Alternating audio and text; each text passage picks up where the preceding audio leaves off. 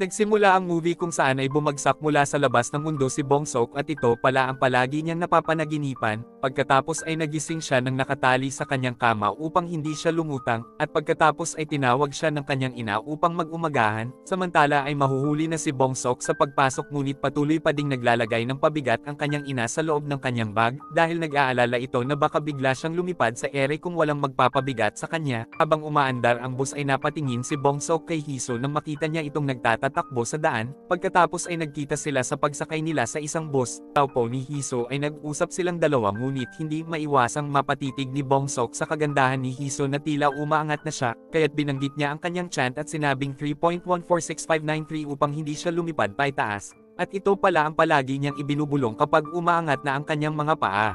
Nagpakilala na sa klase si Hee-soo at natuwa si Bong Sok nang makita niya ito, hindi makapag-focus si Bong Sok dahil palagi siyang napapatitig sa kagandahan ni Hee-soo, at muli na namang umangat ang kanyang mga paa kaya't talagang tinindihan niya ang kanyang pagkapit sa upuan upang hindi siya lumipad, samantala ay dumating na ang isang lalaki na ang pangalan ay Frank sa South Korea. Kinuha nito ang isang package mula sa isang delivery truck na nakaparada sa airport, at pagkatapos ay nagpalit na siya ng kanyang damit, at mapapansin natin ang mga kakaibang tato sa kanyang katawan pati na ang malaking letra ng F sa kanyang likod, at hinanap niya sa isang babae si Jin Chon. Nang marinig ay nanghinala si Jin Chon kaya't pinaalis niya ang lahat ng mga empleyado sa office. Sinabi ni Frank na nakalista si Jin Chon sa isang listahan ng mga retirees at pinadala siya upang i-delete si Jin Chon. Nagkaroon sila ng napakatinding paglalaban at ginamit ni Jin Chon ang kanyang mga supernatural ability upang talunin si Frank, ngunit sa kasamaang palad ay tila mayroon ding napakagaling na kakayahan sa pakikipaglaban si Frank at inihagis siya nito sa labas ng napakataas na building.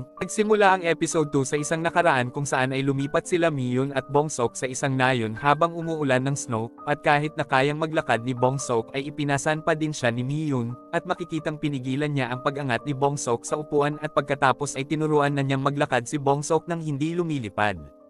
Tinanay niya ito sa loob ng ilang buwan at tinalian niya ito ng may pabigat upang manatili ito sa lupa. Napansin niya kung ano ang nagtitrigger sa pag-angat ni Bong Sok at nalaman niya na ang emosyon nito ang isang malaking kadahilanan. Makalipas ng ilang taon ay nakabili na si Miyun ng isang bahay at ginawa niyang Donkatsu restaurant ang ibaba nito. Sinikap niyang ihiwalay si Bong Sok sa mga kaibigan nito upang maitago ang kanilang lihim, kaya't ito ang dahilan kung bakit ginugol ni Bong Sok ang kanyang pagkabata sa panunood ng TV pagkagaling sa eskwelahan. Napahanga siya kay Bong Geman at gusto niyang maging katulad nito. Isang araw habang nakikipaglaro siya sa kanyang mga kaibigan ay ginaya niya ang paglipad ni Bong Geman, kaya tuwang-tuwa ang kanyang mga kaibigan nang makita ang kanyang paglipad, samantala ang nakakita naman sa kanyang paglipad ay ang principal na si Ryuk, pagkatapos ay ginaya siya ng isang batang lalaki kaya't lubha itong nasugatan. Tinabi ng kanilang teacher sa kanyang ina na siya ang nag-udyok sa isang bata na tumalon. Pinaliwanag ni Mio na isa siyang special kaya't may kapangyarihan siya, pinagsabihan siya nito na kailangan niyang isipin ang kapakanan ng iba kung gusto niyang maging isang superhero, at sinabing di ba lumipad ka para ipakita mong mas magaling ka kesa sa kanya, kaya't nang dahil dito ay talagang nagtampo si Bong Sok at nag-iiyak siya sa gitna ng napakalakas na ulan, at muntik na siyang tangayin palayo ng napakalakas na hangin, kaya't agad siyang tinulungan at hinila ng kanyang ina at pagkahila ay nagsorry ito sa kanya at nangakong iingatan siya nito. At sa kasalukuyan ay nakita ulit ni Bong Sok na tumatakbo si Hee-soo ng nakakapote sa gitna ng ulan, samantala ay patuloy pa ding naghahanap si Frank ng kanyang mga papatayin na nasa listahan, at si Bong Pyong ang kanyang next target, at habang papaalis ay muntik na siyang maaksidente sa school bus na sinasakyan ni Bong Sok. Pagkatapos ay nagtungo si Frank sa second-hand bookstore ni Bong Pyong, at matapos niyang sabihin ang listahan ng kanyang mga papatayin ay inatake siya nito. Pagkatapos ay makikita natin na may kakayahang humigop ng kuryente si Bong Pyong at sinubukan niyang kuryentehin si Frank, ngunit sa kasamaang palad kahit higupin pa niya ang lahat ng kuryente sa buong gusali ay hindi pa din niya magawang patayin si Frank. At nang maubusan na siya ng kuryente sa katawan ay sinipa siya ni Frank sa leeg at pinatay, at pagkatapos ay kinuha ni Frank ang picture at sinabi na ang lalaki sa larawan ay anak ni Bong Pyong. Ilang sandali ay iniwan na niya ang bangkay ni Bong Pyong na nasusunog sa bookstore. Samantala ay nakaramdam si Yedo na parang may mali dahil nakita niya ang kakaibang static sa stereo ng kanyang boss, samantala ay na-late na naman si Bong Sok sa eskwelahan, at nagkaroon siya ng gasgas sa kanyang siko nang makabungguan niya ang na-late na ding si Hee-soo. Nakiusap sila kay Teacher Ilwon ngunit pinaglinas sila nito ng mga banyo bilang kanilang parusa, at sa eskwelahan ay sinubukang ibuli ni Kisu si Hee-soo ngunit prinotektahan siya ni Gang-hun. Ilang sandali ay naisipan ni Hiso na maligo sa eskwelahan dahil nag-amoy pawis na siya sa kanyang pagtakbo, kaya't hiniram niya ang PE uniform ni Bongsok at pumunta na siya sa CR upang maligo. Pagkatapos ay sinundan siya ni Kiso ngunit pinigilan siya ni Ganghun na bad trip sa kanya si Kiso at inaya siya nito ng away sa likod ng eskwelahan. Pagkasunod ni Ganghun ay agad siyang sinuntok ni Kiso ngunit nagawa niyang makaiwas, at pagkatapos ay gumanti siya at pinagsusuntok niya si Kiso at nawalan ito ng malay. At dahil bagsak na si Kiso kaya't ang puno na lang ang kanyang sinuntok. At sa isang suntok lang ay napabagsak niya ang malaking puno. At sa klase ay nagsinungaling siya kay Teacher Ilwin at sinabing umuwi si Kiso dahil may sakit ito, samantala pagkaligo ay nagpasalamat si Hiso kay Bongsok dahil sa pagpapahiram nito ng damit sa kanya, at dahil dito ay naging mas close silang dalawa, at makikitang tila sumama ang loob ni Ganghun nang magpasama si Hiso kay Bongsok sa tindahan ng uniform. At sa tindahan ay humingi ng discount si Hiso ngunit hindi siya binigyan ng babae. Pagkalabas ay nalaman ni Hiso na hindi pala kumain ng tanghalian si Bongsok dahil hinihintay siya nito, kaya't inilibre niya ito ng noodles. Samantala sa eskwelahan ay nagising na si Kiso at pagkatapos ay makikitang tumawa pa ito, at sa office ay nag-aalala si Yoongjun dahil hanggang ngayon ay hindi pa din nila alam kung sino ang pumatay kay Jinchon. Sinigurado ni Woonkyo sa kanya na tinatrabaho na nila ito. Sinabi ni Yoongjun na tukuyin nila Woonkyo kung sino ang salarin at ipinangako na personal niyang hahawakan ito. Pagkatapos ay kumalat na sa mga balita ang pagkamatay ni Bongpyong, kaya't napanood ito nila Juwon at Miyon at makikitang tila mga nag-aalala ang mga ito, samantala ay tinitingnan naman ni Frank ang eskwelahan ng Jongwon na nakasulat sa picture. Nagsimula ang episode 3 kung saan ay bumili sila Bongsok at Hiso ng buy one take one na pagkain sa isang convenience store. Pagkatapos habang kumakain ay pinag-usapan nila ang tungkol sa kanilang mga magulang. Sinabi ni Hiso na nag-aalala siya sa chicken restaurant ng kanyang ama dahil first time lang nitong magpatakbo ng isang business. Sinabi ni Bongsok na huwag kang mag-alala at magiging maayos din ang lahat dahil mag-isa lang din ang kanyang ina na nagbi-business. Tinanong siya ni Hiso tungkol sa kanyang ama kaya't sinabi ni Bongsok na hindi ko pa siya nakikita at wala akong maalala. Habang nag-uusap ay nakita ni Bongsok ang pauwing si Kiso na duguan ang muka, kaya tumayo siya upang tanungin ito ngunit pinigilan siya ni Hiso dahil hindi naman niya ito ka-close, at paglingon niya ay nakalayo na si Kiso. Sinabi ni Bongsok na hindi naman talaga pasaway si Kiso at gusto nitong sumali sa PE ngunit nagkaroon ito ng leg injury, at pagkatapos noon ay nagbago na ito at naging palaway. Sinabi din ni Bongsok na wala siyang mga kaibigan at inamin niya na isa siyang loner. Pagkatapos ay sinabi ni Hiso na isa din siyang introvert, ngunit hindi naniniwala si Bongsok na walang kaibigan si Hiso dahil mabait at maganda ito. Samantala ay kinukulit si Miyon ng dalawang lalaking customer dahil wala siyang maibigay na alak at gustong uminom ng mga ito. Salamat na lang at dumating ang lalaking anak ng babaeng nagtitinda ng mga karne kaya't natakot at tumigil na ang mga ito. Samantala ay nagbukas na si Juwon ng kanyang chicken restaurant kaya't nagluto siya ng marami, ngunit nalungkot siya dahil wala namang bumili, at pagkatapos kumain nila Bongsok ay pinalakas niya ang loob ni Hiso at pinayuhan niya na maging bukas ito sa kanyang ama at wag siyang masyadong nag-aalala dito. Pagkabalik nila sa eskwelahan ay tinanong ni Hiso si Ganghun tungkol kay Kiso, ngunit nagsinungaling si Ganghun sa kanila at sinabing naging magka-close na kayong dalawa at lagi nang magkasama. Sumang-ayon si Hiso sa kanya at sinabing kaibigan niya si Bongsok, at habang papauwi na ang lahat ng mga estudyante ay naiwan naman silang dalawa upang maglinis ng mga banyo bilang kanilang parusa. Pagkatapos ay nakita ni Hiso ang sugat ni Bongsok sa siko, kaya't habang naglilinis ay nagulat si Bongsok dahil biglang nilagyan ni Hiso ng gamot ang kanyang sugat sa siko, at pagkalagay ng band-aid ay umalis na si Hiso.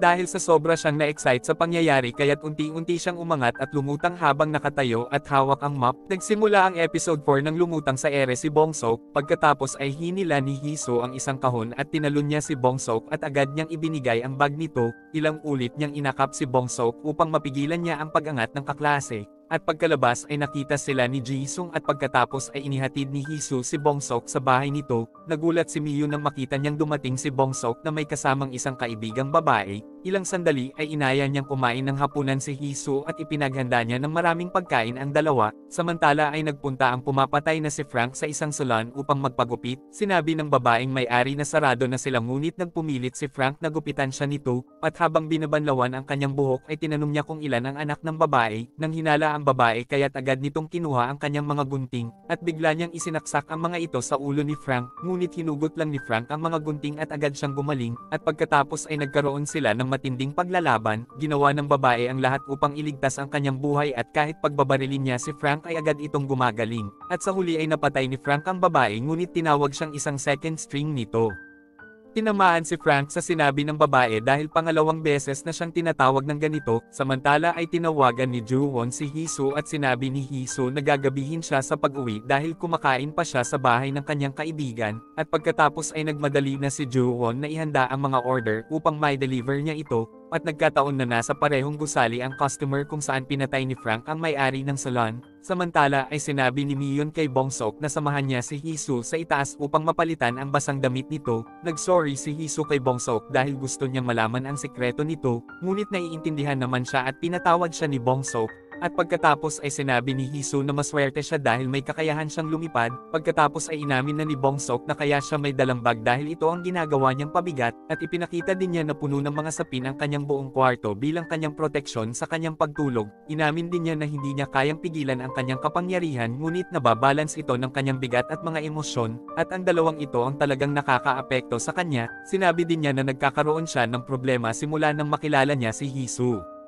Ngunit prinangka siya ni Hee-soo at sinabing may nararamdaman ka ba sa akin, itinanggi ito ni Bong-seok ngunit nang bigla siyang lapitan ni Hee-soo ay dagli siyang umangat paitaas, kaya't nagulat sila Mion at ang kanyang mga customer sa ibaba, at pagkatapos ay huminto na sa pagtatanong si Hee-soo kaya't bumagsak na si Bong-seok. Nagulat si Bong-seok dahil nakita niyang parang wala lang kay Hee-soo na makita ang kanyang kakaibang kakayahan, at pagkatapos ay inamin ni Hee-soo na isa din siyang kakaiba, ngunit hindi narinig ni Bong-seok ang kanyang sinabi. At nangako siya na itatago niya ang sekreto nito at sinabi niya na hindi weird si Bong-seok ngunit kakaiba lang. Sinabi din niya na special ito at okay lang iyon. Narinig ito ni Mion at napangiti siya habang naaantig sa mga sinabi ni Hee-soo sa kanyang anak, at masaya din si Bong-seok sa sinabi sa kanya ng kanyang crush, at makikitang may pabigat na siya sa kanyang hita upang hindi na siya lumutang ulit, at pagkatapos magpasalamat kay Mion ay umuwi na si Hee-soo. Kinambatan ni Mion si Bong-seok upang ihatid nito si Hee-soo, ngunit pinabalik lang siya ni Hee-soo dahil umuulan. Nadismaya si Mion dahil mabilis na nakabalik si Bong-seok, kaya't sinabi niya kay Bong-seok na halatang mahal mo si Hee-soo nang higit pa sa isang kaibigan. Dahil sa sinabi ng ina ay agad na sinuot ni Bong-seok ang kanyang kapote at hinabol niya si Hee-soo, dahil malayo na si Hee-soo kaya't agad niyang tinanggal ang pabigat sa kanyang binti at saka siya tumalon ng ilang ulit upang maabutan niya ito, kaya't nang makita siyang nasa itaas ay namangha sa kanya si Hee-soo, at pagkatapos ay bumagsak ito sa kanyang harapan at tinawanan niya ito. Samantala sa parlor ay naglilinis na si Frank ng kanyang sarili bago umalis, at sa kanyang paglabas ay nakasalubong niya si Joo-won. Tinanong siya nito kung alam niya kung nasaan ang cellphone repair shop. Tinulungan siya ni Frank at binigyan siya ni Joo-won ng kupon para sa kanyang bagong restaurant ng manok. Umalis na si Frank samantala si Joo-won naman ay nagmamadali upang i-deliver ang in-order sa kanya dahil natagalan ay nagreklamo kay Joo-won ang kanyang customer, kaya't nag-sorry siya dito ngunit minaliit siya nito. Nang ibigay ang credit card ng lalaki ay sinabi niya na kabubukas lang niya kaya't wala pa siyang credit card machine. Binantaan siya ng lalaki na ire-report siya nito sa business bureau upang mapasara ang kanyang negosyo, ngunit nananatiling kalmado si Joo-won kahit na patuloy siyang hinahamak ng customer, at nangako na lang siyang babalik ulit kinabukasan na dala ang credit card machine, at pagkatapos ay umalis na siya at iniwan ang in-order sa kanya ng lalaki. Samantala bago umalis ang boss ay nagbabay na kay Bong-seok si Hee-soo, at makikitang habang kumakaway ay unti-unting umaangat si Bong-seok. Kinabukasan ay nanaginip na lumilipad si Bong-seok at narinig niya na may isang lalaki ang nasa gitna ng nagliliwanag na araw, at sinabi sa kanya nito na magaling aking Bong-seok. Pagkagising ay gumayak na siya upang pumasok at nagdahan-dahan siya upang hindi makita ng ina, ngunit bigla niya itong nakasalubong at sinabing may pasok ka din ba kahit Sabado, ngunit nagsinungaling si Bong-seok at sinabing dahil senior na siya kaya't marami silang ginagawa ngayon. Pagkaalis ay napangitiin na lang si Mion pero napansin niya na nag-iba na ang style ng buhok ni Bong-seok. At pagkatapos ay nakita niya ang balita tungkol sa patayan na nangyari sa isang parlor. Pagkarating nila Bong-seok sa auditorium ay tiningnan nila ang bakas ng kamay sa itaas ng pader at nagtataka sila kung kaninong kamay iyon. Pagkatapos habang nagpa-practice si Hee-soo ay napansin niya ang bagong style ng buhok ni Bong-seok. Nagkukunwaring nagbabasa ng libro si Bong-seok ngunit halata namang nakatingin siya palagi kay Hee-soo. Ilang sandali ay sinabi ni Hee-soo na sasabihin ko na ang sikreto ko sa iyo ngayon at itatago ko din ang sikreto mo. Kaya ako na-transfer dito dahil na-kick out ako sa dati kong eskwelahan, napaalis ako dahil nakipag-away akong mag-isa sa 17 mga bully, ngunit wala ako ni isang gasgas ngunit talagang nasaktan ko ang lahat ng mga bullying iyon, at binayaran ng tatay ko ang lahat ng kanilang pampagamot. kaya't naubos ang lahat ng kanyang pera upang maayos lang ang lahat ng iyon, at iyan ang dahilan kung bakit ako na-kick out. Inakala ni Bong Sook na nagbibiro lang siya at sinabing nakakatawa ka Hee-soo, paano mong kinaya ang 17 mga bully na iyon. Pagkatapos ay seryosong sinabi sa kanya ni Hee-soo na may kakayahan kang hipuin ang kalangitan ngunit ako naman ay hinding-hindi nasasaktan, at ito ang sikretong itatago nating dalawa. Nagsimula ang episode 5 sa isang nakaraan kung saan namatay ang ina ni Hee-soo sa isang aksidente, at sa kasalukuyan gaya ng dati laging nasa tabi niya si Bong Sook na lagi siyang tinutulungan at binabantayan. Sinabi ni Hee-soo kung bakit hindi siya nagtatanong kung ano talaga ang nangyari sa pakikipaglaban niya sa mga bully, kaya't nagtanong tuloy si Bong Sook sa kanya kahit ayaw nitong ipaalala sa kanya ang masamang nangyari sa kanya noon. Pagkatapos ay nagkwento na si Hee-soo kung paano sila palaging nagpapalipat-lipat noong bata pa siya na parang lagi silang may iniiwasan, at pagkatapos ay nagdesisyon na din ang kanyang ama na tumira na sa isang lugar upang makapag-aral na siya ng high school, at nagtrabaho bilang manero si Joo-won upang mabuhay siya, at nagsimula ang problema ng matransfer ang isang bagong estudyante sa kanilang klase, at ang pangalan nito ay Yewon na nagmula sa isang mayamang pamilya, at ito ang naging dahilan upang makainggitan siya ng ibang mga babae, at palagi nilang binubuli ang kawawang si Yewon.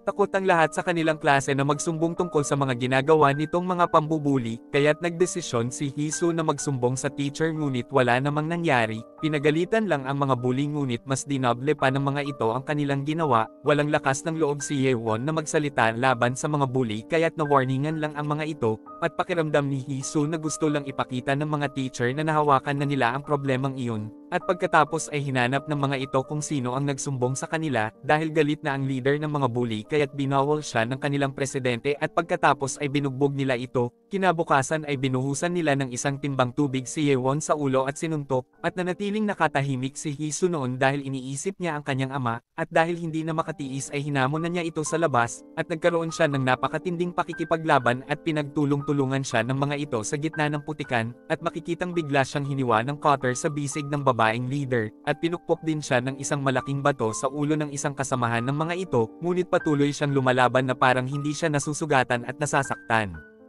At pagkatapos ay nilaslas ng babaeng leader ang lalamunan ni Hee-soo, at laking takot at gulat nito nang makita niyang mabilis na gumagaling ang sugat sa leeg ni Hee-soo, samantala ay nabigla din ang lahat ng mga estudyante sa kanilang nakita, at pagkatapos ay pinaghahampas siya ng baseball bat ng isang lalaking bully. Pinukpok niya ng malaking bato ang paa ng lalaki at saka hinampas ng baseball bat ang mukha nito, at sa huli ay nanalo siya sa laban na iyon ng walang kahit anong sugat, at nang dahil sa nangyari ay na-kick out siya sa eskwelahan kaya't humingi ng tawad ang kanyang ama. Nagbayad si Joo-won ng malaki upang maipagamot ang nasaktan niyang 17 mga bullying iyon, at para hindi na siya makasuhan ng mga ito, at sinabi niya na iniiwasan na din siya ng lahat noon. Sinabi ni Papa na umuwi na kami kahit na wala na kaming uuwian, dahil ipinagbili pala niya ang bahay namin upang maipambayad sa mga nasaktan ko, at hindi namin mapatunayan na ako ang tama dahil hindi naman ako nasaktan at wala din akong kahit anong sugat, at dahil sa ginawa kong pagtatanggol ay nagulo ko lang ang buong buhay ng papa ko. At sa labas ay tinanong niya ang kanyang ama kung bakit naging kakaiba siya. Sinabi ni Joo-won na nakuha mo ito sa akin, at malamang na namatay ng masaya ang iyong ina nang malaman niya ito. Sa kasalukuyan ay bumalik na ulit si Joo-won upang kuhanin ang bayad ng pasaway na customer kagabi, at pagkalabas ay nakita niya na maraming pulis ang nag-iimbestiga, at interesado siya sa mga agent ng National Intelligence. Pagkatapos ay pinatamaan niya ang kotse ng pulis upang lumabas ang NIS at makita niya kung sino-sino ang mga ito. Pagkatingin ni Mion sa labas ay nakita niya si Joo-won ngunit hindi niya nakita ang mukha nito, at sa headquarters ay in-update ni Woon-kyu si Young-jun sa mga development, at sa ngayon ay nakuha na nila ang katawan ng mga biktima, at naniniwala si Young-jun na nagpadala ng tagalinis ang US upang patayin ang mga retired agent. Tinanong siya ni Woon-kyu kung bakit hindi sila gumagawa ng aksyon upang protektahan ang mga retired agent. Nangatwiran si Young-jun na ang mga retired agent ay nagbabanta dahil marami silang alam na sikreto. Gayunpaman ay hiniling niya kay Woon-kyu na alamin kung sino ang naglilinis ng hindi nakikipag-ugnayan sa US headquarters. Samantala ay dumalaw si Frank sa burol ng pinatay niyang babae upang tingnan kung may mga anak ito, at nalaman niya na patay na pala ang talagang anak ng babae, at nag-aampon lang pala ito ng mga bata at pinalaki niya ng kanyang buong pagmamahal, at nang dahil sa nalaman ay talagang naapektuhan si Frank, at sa NIS headquarters ay makikita natin na nag-report ang principal na si Ryuk, at lumalabas na tinanggap niya si Hee-soo sa eskwelahan nang malaman niya ang kapangyarihan nito, at sa nakaraan ay personal niyang in-interview ang babaeng leader ng mga bully na binugbog ni Hee-soo upang mapatunayan ang impormasyon, at ang Jongwon High School pala ay bahagi ng NIS Secret Project. Samantala habang papauwi ay sinabi ni Bongsok na naniniwala siya na nakangiti ang ina ni Jisoo bago ito mamatay dahil alam nito na buhay siya at hindi siya nasaktan. Sobrang naantig si Jisoo sa sinabi ni Bongsok kaya't napaiyak siya at muli niyang naalala ang huling sandali ng kanyang ina. Samantala ay pinapanood ni Joo-won ang balita upang maso-baybayan niya ang kaso ng mga patayan, at hindi maalis sa isip niya ang tungkol sa NIS agents. Samantala ay dumalaw si Frank sa burol ni Young-sok ngunit hindi niya nakita si Gyedo, at makikitang nasaktan at nagdadalamati si Gyedo sa pagkawala ng kanyang ama, at pagkatapos ay makikitang umapekto na sa kuryente ng buong gusali ang kapangyarihan ni Gyedo, ngunit hindi naman ito gaanong pinansin ni Frank at umalis na. Kinabukasan sa eskwelahan ay muli nang pumasok ang bully na si Kisoo, ngunit mas lalo tayong magugulat sa bagong estudyante na nag-transfer sa kanilang klase, at sa pagtingin ni Jisoo sa bagong transfer ay nakita niyang nakangiti sa kanya si Haewon, kaya't laking gulat niya at napangiti din siya sa ipinagtanggol niyang kaklase. Nagsimula ang episode 6 sa isang nakaraan kung saan ay ipinakita ang buhay ni Gyedo na isang entertainer sa kid show bilang si Banggaman. Bata pa lang ay nalaman na ni Gyedo ang kanyang kapangyarihan habang siya ay nasa isang science class. Nag-training siya sa Jongwon School at tinuruan siya ni Teacher Ilwon ngunit hindi naman siya nakapasa upang mag-PE major. Pinayuhan siya ni Ilwon na subukan niyang mag-journalist na lang, at ito ang naging dahilan kaya siya nag-audition bilang maging si Banggaman. Nung una ay pinagtawanan lang siya ng kanyang mga kasama sa audition, ngunit sa huli ay napahanga niya ang mga judge nang ipakita niya ang kanyang kapangyarihan sa kuryente kaya't siya ang nakuha, kaya't mula noon ay naging masaya na siya sa kanyang bagong trabaho, at kinokontrol niya ang kanyang kapangyarihan sa pamamagitan ng pagsusuot ng glove sa kanyang mga kamay, ngunit sa kasamaang palad ay biglang nabutas ang kanyang isang glove bago siya magpunta sa stage, at pagkatapos ay nakuryente niya ang itaas ng stage kaya't natakot at nag-iiyak ang mga bata, at nang dahil sa nangyari ay agad siyang tinanggal ng mga producer, at pagka-uwi niya ay nakita niyang nakahandusay ang kanyang ina sa sahig at namatay ito. Sobrang nahirapan si Gyedo sa mga nangyari, at sa unang pagkakataon ay nagpakita na sa kanya ang kanyang ama. Wala siyang sama ng loob dito dahil sinusuportahan naman siya nito pagdating sa pinansyal. Marami siyang inaplayang trabaho ngunit hindi naman siya natatanggap, at namimiss na din niya ang kanyang dating trabaho at paminsan-minsan ay pinupuntahan niya ang studio, at dinadalaw din niya ang kanyang ama at sinabi niya dito na nakakasakit lang sa ibang tao ang kanyang kapangyarihan. Isang gabi habang umiinom si Gyedo ay nakita niya ang isang bus na nagkaproblema sa baterya, at ginamit niya ang kanyang kapangyarihan upang ayusin ito, kaya't nang dahil dito ay nakuha siyang driver ng bus. Sobrang minahal niya ang trabahong ito at mayroon din siyang ilang paboritong customer na kagaya ni Bongsok, na palagi siyang hinihitian at binabati, at sa kasalukuyan ay nag-live siya dahil sa kanyang ama na pinatay ni Frank. Kinuha niya ang isang battery ng kanyang ama kaya't nalaman niya kung paano pinatay ito, at sobra siyang nasaktan sa nangyari ngunit sinikap pa din niyang mabuhay ng normal. Samantala sa sasakyan ay nagtatanong si Frank kung bakit ang kanyang mga target ay nagsusumikap na protektahan ang kanilang mga anak, at pagkatapos ay pinaso niya ang kanyang sarili ngunit gumaling naman kaagad ito. Samantala ay iginagayak ni Mion si Bongsok ngunit nakita niya mukhang hindi masaya ito, at habang kumakain sa eskwelahan ay tinanong siya ni Jisoo kung okay lang siya at sinabi niyang oo, ngunit hindi naman naniniwala sa kanya si Jisoo. At pagkatapos ay biglang dumating si Haewon at tumabi ito sa kanila, at ilang sandali ay tumabi din sa kanila si Hanbyul. Sinabi ni Bongsok na puntahan natin si Ganghun dahil nag-iisa ito sa lamesa, at pagkatapos ay biglang nilagyan ni Kisoo ng tira niyang pagkain ang plato ni Ganghun. Hinamon siya nito na gawin ulit sa harap ng maraming tao ang ginawa nito sa kanya. Inilagay ni Kisoo ang salamin ni Ganghun sa pagkain, at gusto pala nitong isiwalat ang kanyang kapangyarihan ngunit nagtimpi si Ganghun at tiniis niya ang pamamahiya nito. Pagkaiwan ni Ganghun ng food tray ay kinuha ni Jisoo ang salamin niya. Samantala ay isinumbong ni Sungwook kay Teacher Ilwon ang nangyaring iyon, at sinabi niya na kailangang may gawin siya tungkol dito dahil nakikita niya na palaging inaaway ni Kisoo si Ganghun. Bagamat tila walang pakialam si Teacher Ilwon ay nagdulot naman ito sa kanya ng sobrang pag-aalala, at pagkatapos ay sinabi niya kay Kisoo na makipagkita ito sa kanya pagkatapos ng klase, ngunit bigla itong galit na tumayo at umalis ng walang pakundangan. Samantala sa auditorium ay ibinigay ni Jisoo ang salamin ni Ganghun. Pinuri niya si Ganghun dahil hindi nito pinatulan si Kisoo, at sinabi niya na ito ang aral na natutunan niya na kanyang pinagdaanan. Naantig si Ganghun sa kanyang sinabi at nagpasalamat ito sa kanya dahil nilinis niya ang salamin nito, ngunit nadismaya siya nang sabihin ni Jisoo na si Bongsok ang naglinis ng kanyang salamin. Samantala ay pumasok na ulit si Gyedo sa trabaho at sinabi niya sa kanyang boss na okay na siya at kailangan niyang magpatuloy sa buhay. At sa delivery truck ay naalala ni Frank ang kanyang nakaraan na tumatakbo siya sa isang taniman ng mga mais sa Iowa noong bata pa siya. Naalala din niya ang isang babae na kumakanta sa isang club, at sa NIS headquarters ay nakuha na ni Woonkyo ang pagkakakilanlan ng cleaner. At lumalabas na si Frank pala ay isang Korean native na pilit na inampun sa US at lumaki siya sa Amerika, at base sa kanyang codename siya ang ika-6 na anak na sumailalim sa sapilitang pag-aampon at pagsasanay. Dinala siya ng isang CIA agent noong bata pa siya at pagkatapos ay idinilit ang kanyang mga record. Matapos marinig ang report ay nagpasya si Yoongjun na ipatawag ang US counselor. At sa auditorium ay tiningnan ni Heesoo ang cellphone ni Bong-seok. Sinabi ni Bong-seok na may playlist siya na makakapagpasaya kay Heesoo, ngunit nang bigla silang magkatitigan ay muntik na namang lumipad si Bong-seok kaya't agad niyang kinuha ang kanyang bag. At pagkatapos ay nagsorry si Heesoo at pinigilan niya si Bong-seok. Bago umalis si Bong-seok ay iniwan niya ang kanyang cellphone para kay Heesoo. At habang lumalalim ang gabi ay nakatanggap ng text si Frank sa susunod niyang papatayin, na walang iba kundi ang pinakamamahal natin na si Mihyun. Tumigil na sa pag-inom si Frank at pagkatapos ay nagtungo na ito sa restaurant ni Mihyun. Samantala ay nag-uwian na ang mga estudyante sa Jongwon. Gaya ng dati ay hinihintay pa din si Ganghon ng kanyang ama sa labas ng kanilang shop, at bigla siyang humingi ng tawad sa kanyang ama ngunit hindi natin alam kung bakit. At pagkatapos ay napangiti na lang ito sa kanyang sinabi. Bumalik na si Bong-seok upang kunin ang kanyang phone, at nang sabihin ni Heesoo na lobat na ito ay agad na siyang umalis dahil baka tumatawag na ang kanyang ina. At pagkatapos ay natuwa siya nang makita niyang si Gyedo na ulit ang driver ng bus, at sinabi niya na nag-aalala siya dito kaya't naantig sa kanya si Gyedo.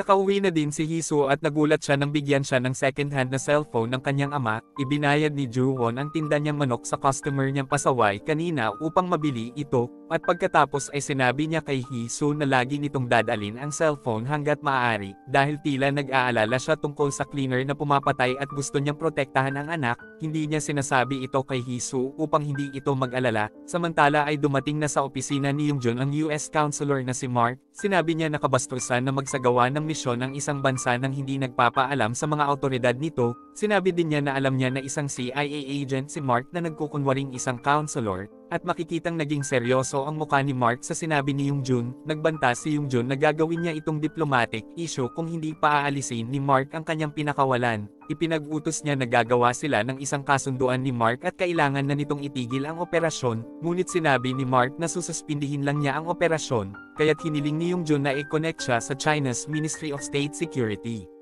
Samantala ay nakarating na si Frank sa restaurant ni Mihyun at umorder na ito ng pagkain, at pagkatapos ay agad na naramdaman ni Mihyun na may nagbabantang panganib, kaya't dagli niyang itinext si Bong-seok na wag itong uuwi ng bahay. Ngunit sa kasamaang palad ay hindi ito natanggap ni Bong-seok dahil lobat ang cellphone nito.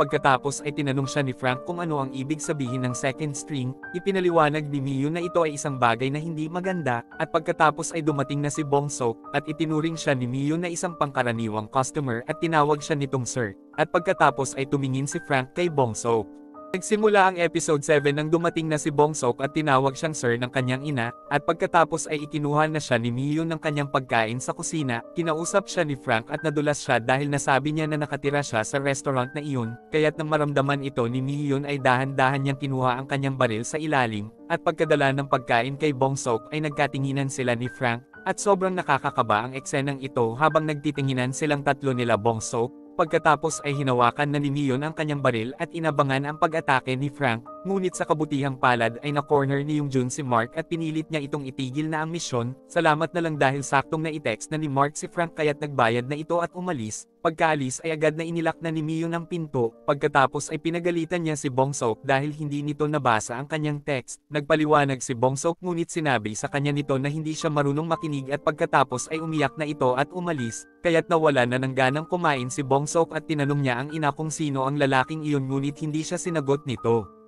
Samantala sa headquarters ay nagtanong si Mark kung nagde-develop na sila Yoongjun para sa next generation, ngunit sinabi ni Yoongjun na di ba ginagawa niyo din naman ang ganito, na sinasanay ng agency niyo ang mga kabataang may mga kakayahan at ibinebenta sa ibang mga bansa upang makagawa ng mga kasunduan. Pagkatapos ay ipinakita ang isang nakaraan kung saan ay naalala ni Frank ang isang babae na nasa isang club, at ito pala ang kanyang ina na pinapanood siya habang kinakaladkad ng mga sundalo palabas ng club.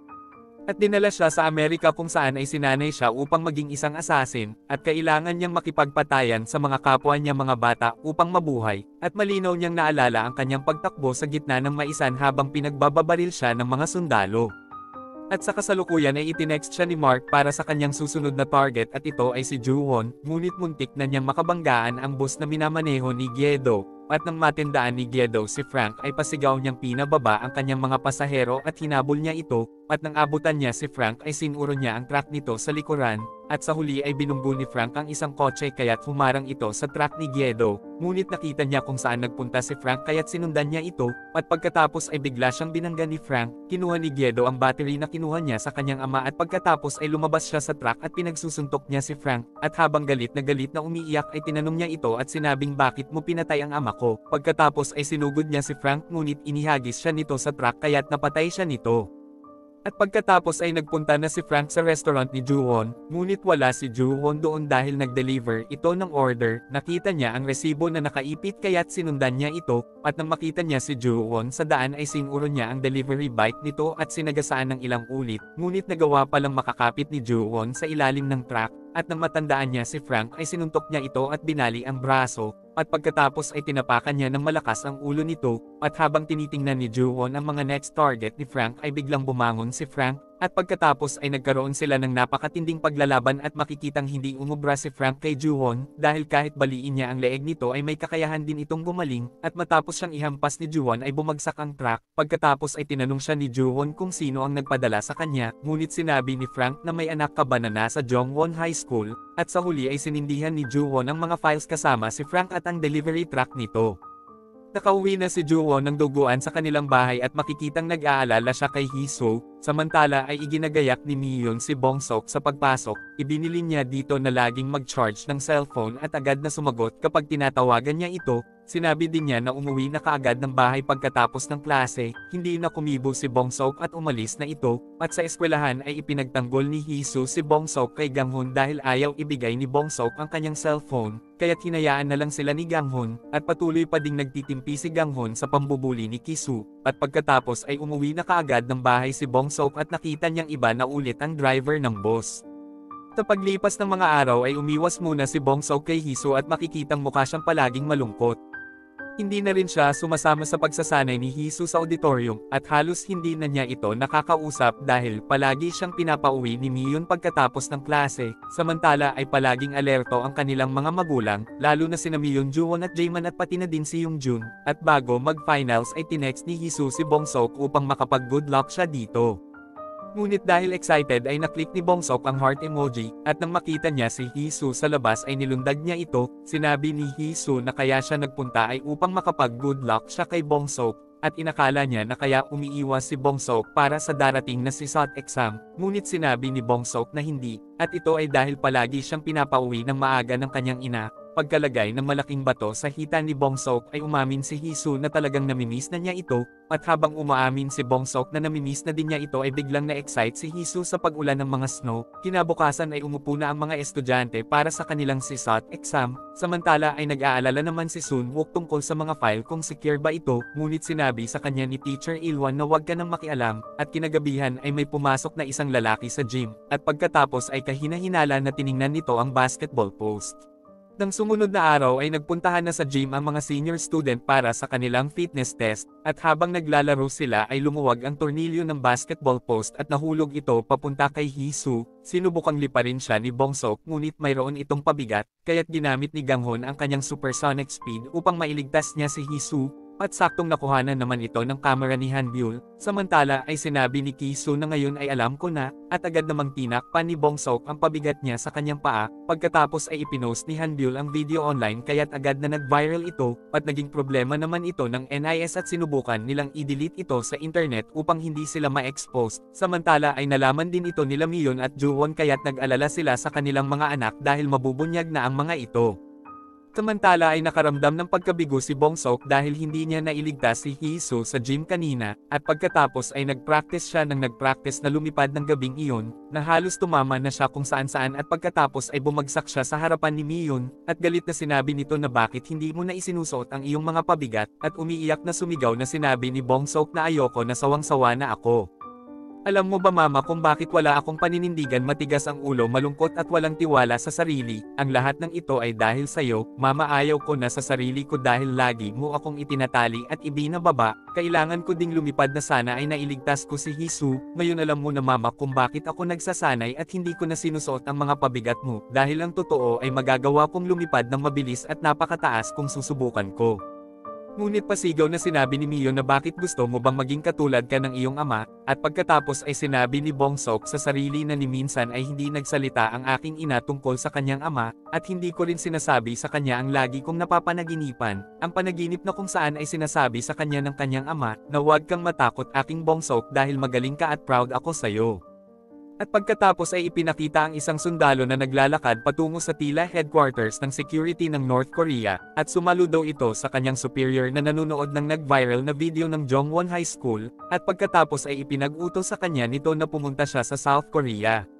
Nagsimula ang episode 8 sa isang nakaraan noong 1987, kung saan ay ipinakita ang isang piloto na nag-a-announce tungkol sa turbulence, at isa sa mga pasahero nito ay ang isang lalaki na ipinoses ang kanyang sarili sa isang maleta na naglalaman ng bomba. Pagkatapos ay nakita ng isang batang lalaki sa bintana ng eroplano ang isang lalaki na lumilipad sa ulap, at ito ay si Dusek. Sinabi niya sa mga piloto na ibaba ang eroplano dahil may bomba sa loob nito, ngunit hindi siya marinig ng mga ito at inakala na isa siyang isang terorista, at nang makita ang kanyang baril ay biglang iniliko ng isang piloto ang eroplano, kaya't tinangay na siya ng napakalakas na hangin ngunit nagawa niyang makakapit sa bintana ng eroplano, at pagkatapos ay nagkatitigan sila ng batang lalaki sa bintana at kasabay nito ay nakita niyang biglang sumabog na ang bomba sa loob ng eroplano, kaya't namatay ang lahat ng mga pasahero nito. Pagkatapos ay ipinakita naman si Mio na nagtatrabaho sa NIS sa Namsan Agency at siya ang pinakabatang agent doon, at noong panahon na iyon ay tinanggal siya sa field duty nang ma-injury ang kanyang mga mata.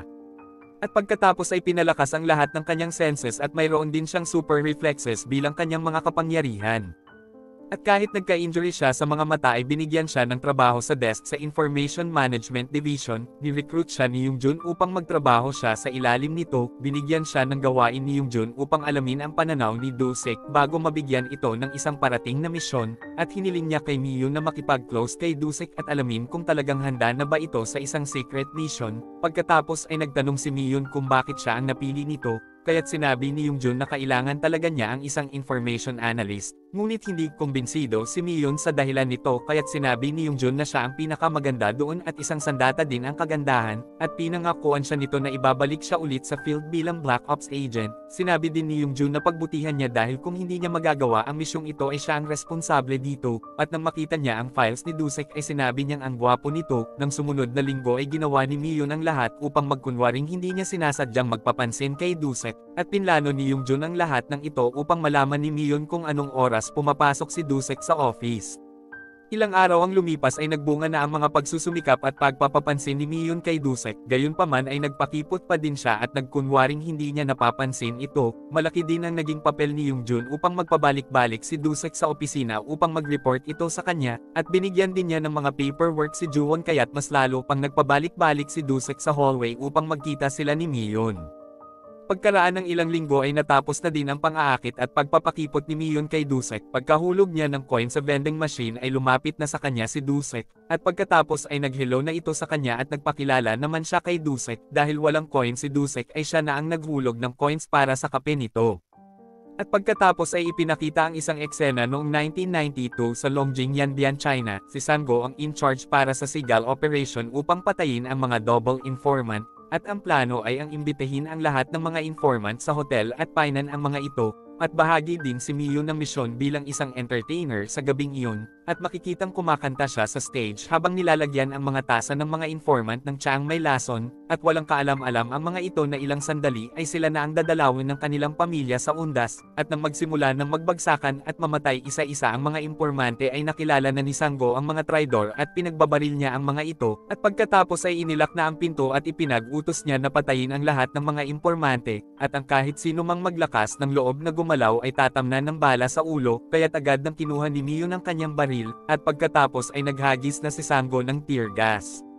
At sa kasalukuyan ay makikitang talagang nagsusumikap si Mion na akitin si Dusek at si Woonkyo ang isa sa kanyang mga superior at naiinggit ito kay Mion dahil hindi siya ang pinili ni Yoongjun, at ito ang dahilan kung bakit sinabi niya kay Yoongjun ang kabiguan ni Mion noon sa Operation Seagull. At laking gulat niya dahil kahit na alam ito ni Yoongjun ay pinili pa din niya ito, samantala ay nagsimula nang magpakita si Dusek na interesado siya kay Mion, at tahimik silang nagde-date habang nagkakape malapit sa vending machine. Tinutulungan din niya si Mion na magdala ng mga mabibigat na files. Sinabi ni Ju-won kay Mion, "Hoy babae, bakit mo pinadadala sa kanya yan, mabigat ba yan?" "Oo lalaki, napakabigat, mas matanda ako sa iyo, hindi mo na ako nirespeto." Ngunit sinabi ni Mion na mas mataas ang rank ko sa iyo dito, kaya't nang dahil dito ay napahiya tuloy siya sa dalawa. Lalong natuwa si Yoongjun nang makita niyang napapalapit na si Mion kay Dusek, ngunit sa kasamaang palad ay hindi ito kagaya ng kanyang iniisip. Nahuli na ni Dusek si Mion at umamin na din siya na inutusan siya na makipag-close sa kanya, kaya't nabigo si Mion sa kanyang misyon ngunit patuloy pa din siyang sumasama dito. At pagkatapos ay kumain sila ni Dusek sa Namsen Donkatsu, at ito pala ang paboritong kinakain ni Dusek. Pagkatapos ay sinabi ni Mion isa-isa ang ingredients ng Donkatsu kaya't nagulat si Dusek sa galing ng kanyang panlasa, at ito siguro ang dahilan kung bakit nagbukas siya ng Donkatsu restaurant. At sa hotel ay nakakita si Sanggo ng isang gumagalaw na impormante kaya't binaril niya ito sa ulo, samantala ay hindi naman binaril ni Mion ang isang impormante na nakita niyang buhay sa ilalim ng lamesa, at pagkatapos ay inutusan siya ni Sanggo na magpaputok ng isang gas bomb, ngunit sa halip ay isang flash bomb ang kanyang pinaputok. At pagkatapos ay binaril niya ang nakalak na pinto upang makatakas ang ilang mga buhay pang mga impormante, dahil mga nasilaw sa flash bomb kaya't agad na tumawag ng backup si Sanggo, ngunit hindi naman nag-respond ang hininga niya ng tulong, at ang mas nakakagulat ay si Dusek pala ang tinawagan niyang backup, at makikitang hindi ito rumesponde nang makita niya si Mion sa loob ng hotel. Nagsimula ang episode 9 nang mag-report si Mion kay Yoongjun tungkol sa pakikipag-ugnayan niya kay Dusek, at sinabi niya na seryoso ito, at hindi na niya sinabi ang iba patungkol kay Dusek, dahil nagkasundo sila na ipagpapatuloy nila ang kanilang misyon at magkita kahit na nahuli na niya si Mion. Samantala dahil naiinggit ay ipinahiya siya at pinagalitan siya ni Woonkyo, at sinabing bakit siya nakikipag-usap ng direkta kay Yoongjun. Pagkatapos ay patuloy silang nagde-date ni Dusek, kumakain ng Donkatsu at mas lalo pa nilang nakilala ang isa't isa. Samantala nang gabihin si Mion sa opisina ay lumipad si Dusek upang dalhan siya nito ng pagkain, at ito ang unang pagkakataon na makita niyang lumilipad si Dusek, at laking gulat niya sa kapangyarihan nito. Pagkatapos ay nagpasalamat siya kay Dusek at umalis na ito. Ilang sandali ay nakita niya ito na nakaupo sa isang tower ng mataas na building habang kumakain ng kanyang gimbap.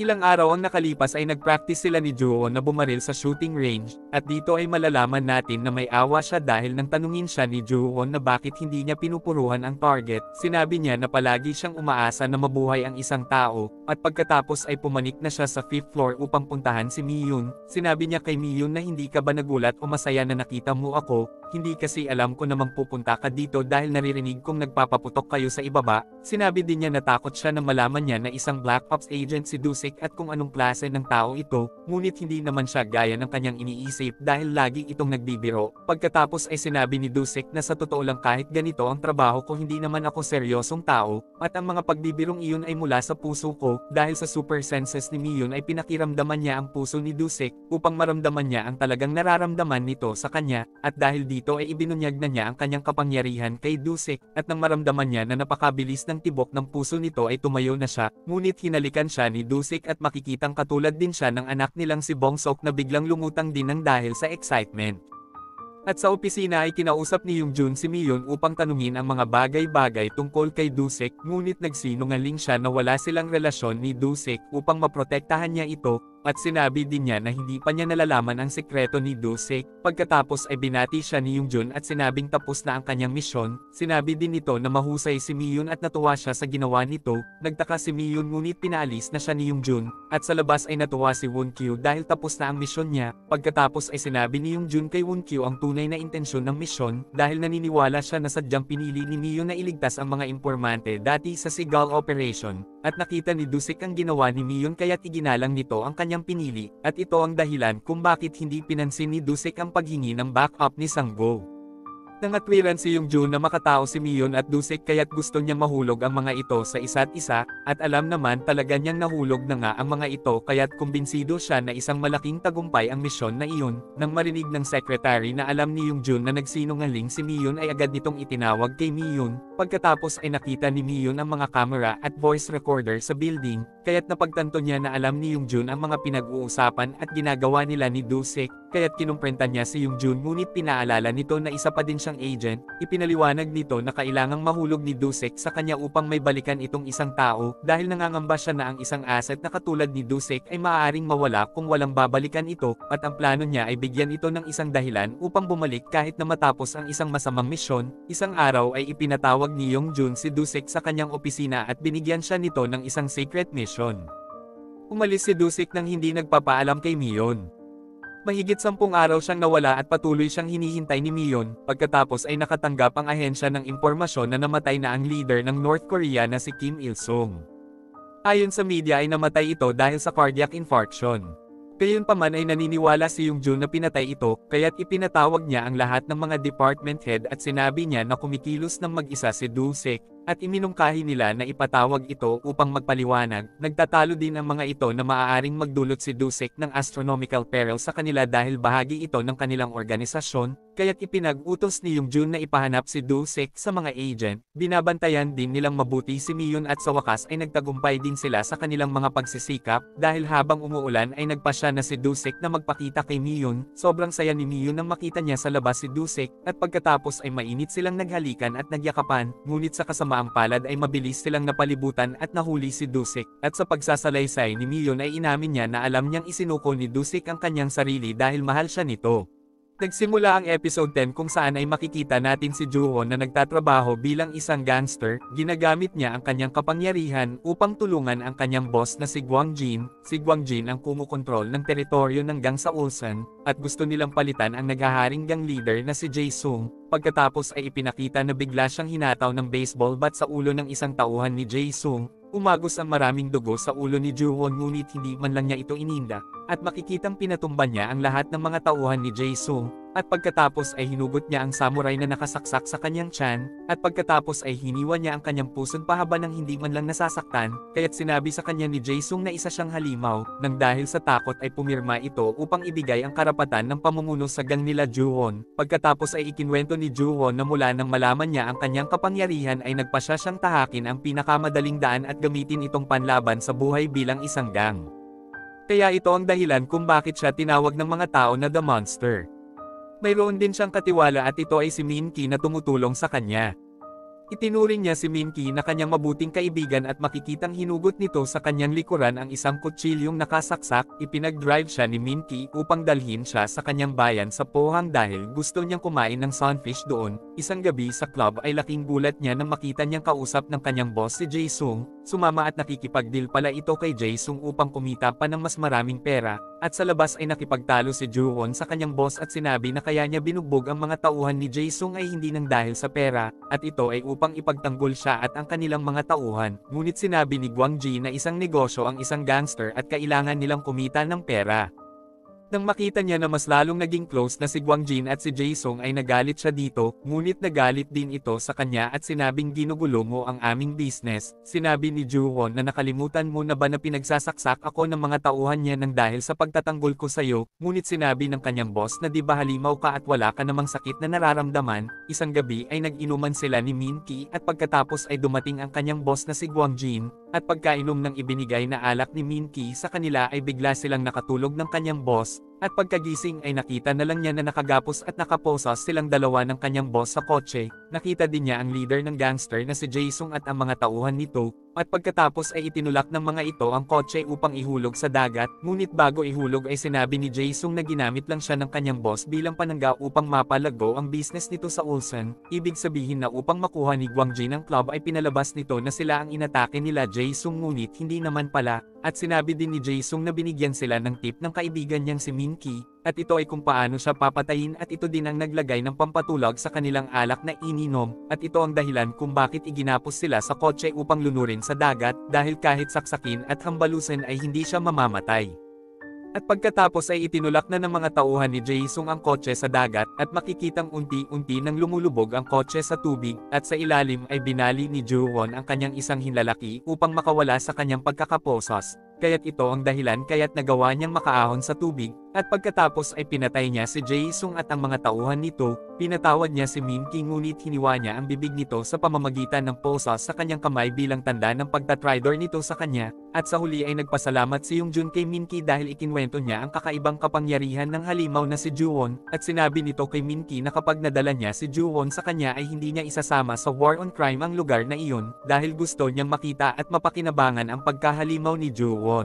Nagsimula ang episode 11 kung saan ay umorder si Joo-won ng kape sa Umji Cafe upang makita niya ang gusto niyang si Ji-hee. Nakatatlong ulit na siya ng order ng kape at sa wakas ay ito na ang nag-deliver sa kanya. Ikaapat na si Ji-hee na nagtimpla sa kanya ng kape, at nagtataka ito kung bakit hindi nakikipagtalik si Joo-won sa kanyang mga kasamahang coffee lady. At iba si Joo-won sa kanyang inaakala. Sinabi sa kanya ni Joo-won na gusto niya ang mga libro ng martial arts dahil nananalo ang mga mabubuting tao sa huli. Sinabi din niya na gusto niyang kumuha ng ticket ngunit iginiit niya na ayaw niyang makipagtalik at gusto lang niyang makipag-usap dito. Ngunit kinuha lang ni Ji-hee ang kanyang bayad at nilayasan na siya nito. Pagkatapos ay sinabi niya sa kanyang boss na ayaw niya kay Joo-won dahil masyado itong romantiko, ngunit sinabi sa kanya ng kanyang boss na maaaring nagkakamali lang siya dahil iba ang turing ni Joo-won sa kanya.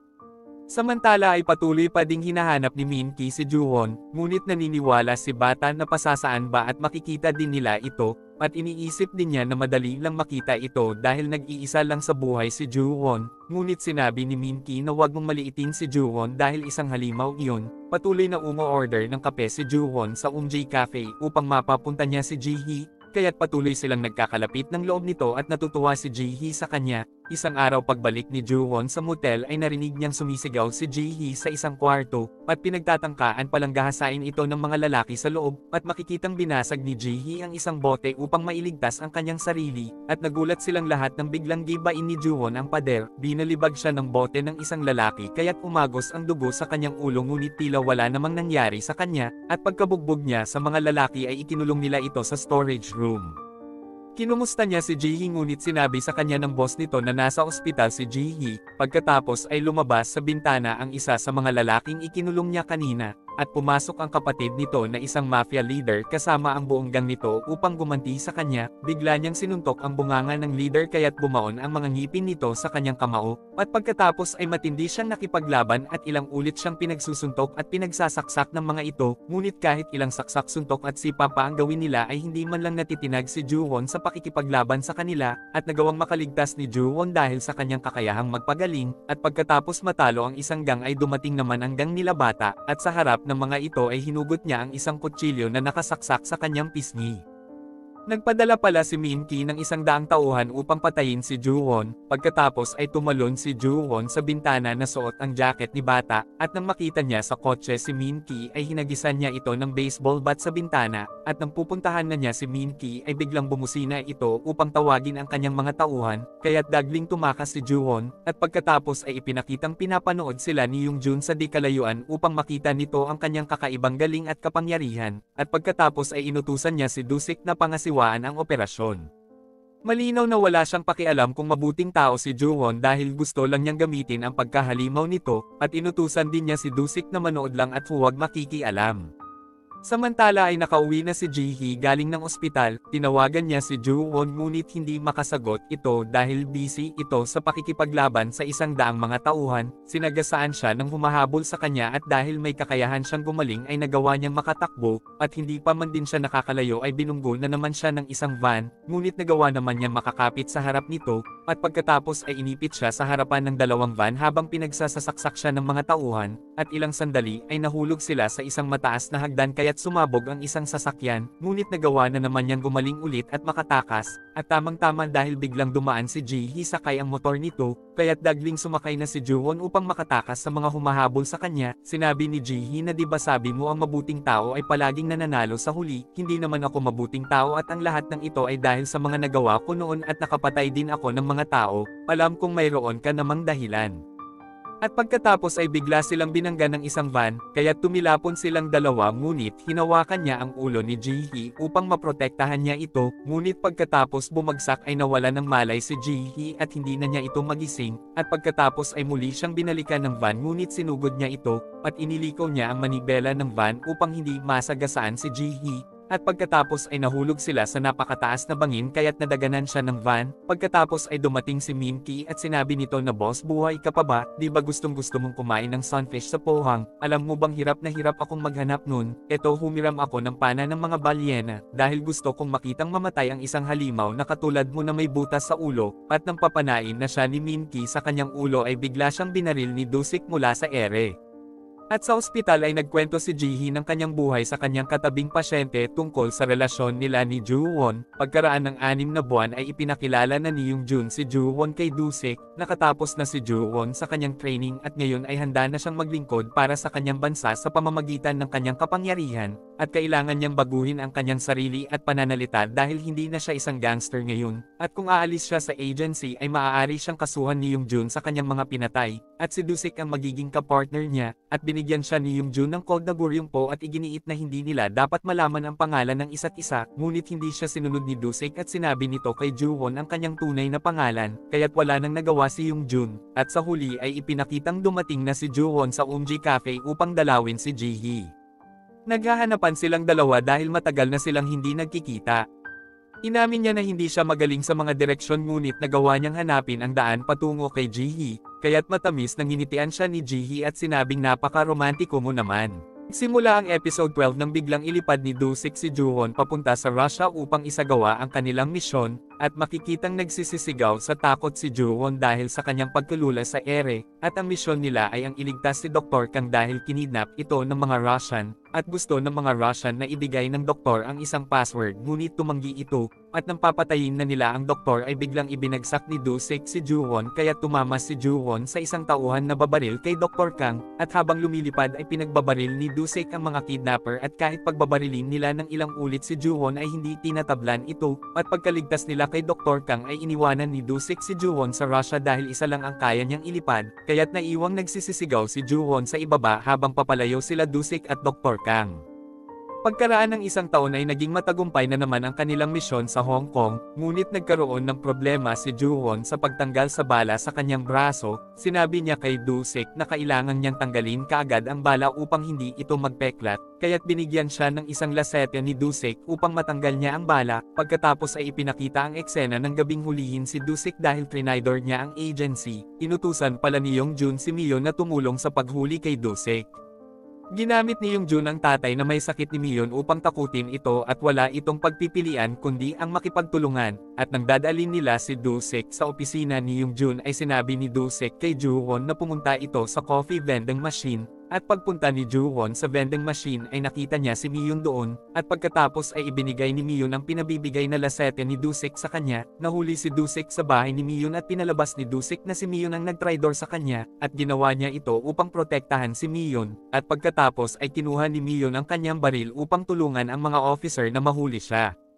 At sa opisina ay hiniling ni Young-jun na ibigay niya ang buong report ngunit sinabi ni Dusik na magre-report lang siya sa Blue House dahil alam niya na hindi sumusunod si Young-jun sa protocol sa pag-appoint sa kanya nito para sa misyon. Sinabi ni Young-jun na niloko mo ang agency, ngunit sumagot si Dusik at sinabing ako ang niloko ng agency at ako na ang bahala kay Mion. At pagkatapos ay bigla niyang inatake ang mga guard at inilipad niya palabas si Young-jun sa bintana, at sa labas ay nakaabang ang mga guard pati na sila Mion at Joo-won. Binaril niya si Mion ngunit sinangga ito ni Joo-won, at pinalabas lang pala ni Dusik na galit siya kay Mion upang maitago ang kanilang relasyon, at pagkatapos ay inilipad na palayo ni Dusik si Young-jun. Kinabukasan ay nakita ng mga guard si Young-jun na nakasabit sa isang puno sa Blue House. Inimbestigahan ang ANSP ngunit hindi makapagpaliwanag si Young-jun sa nangyari kaya't na-demote ito, at pagkatapos ay pinasara na din ang agency kaya't nang dahil dito ay nakalaya na din si Mion, at namatay na din ang kanyang ama na nagdulot sa kanya ng sobrang kalungkutan.